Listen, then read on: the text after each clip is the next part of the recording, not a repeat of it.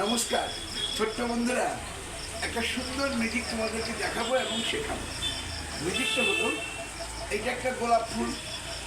এই গোলাপ ফুলটাকে যদি আমি হাত দিয়ে ম্যাজিক করি বা আমি খেয়ে নিই, তাহলে কিন্তু গোলাপ ফুলটা ভেনিশ হয়ে যাবে। দেখো, এই হাত দিলাম, দিয়ে আমি গোলাপ ফুলটাকে ভেনিশ করে দিলাম, গোলাপ ফুলটা কিন্তু নেই। এবার যদি আমি আবার ম্যাজিক করি, তাহলে কিন্তু আবার আমার হাত থেকে গোলাপ ফুলটা কেড়ে চলে আসবে। দেখেছো, খুব সুন্দর। এবার ম্যাজিকটা কী করে হলো? আসলে এই স্টিকের মধ্যে যে গোলাপ ফুলটা ছিল, এই গোলাপ ফুলটা আমি এইরকম করে সরিয়েছি।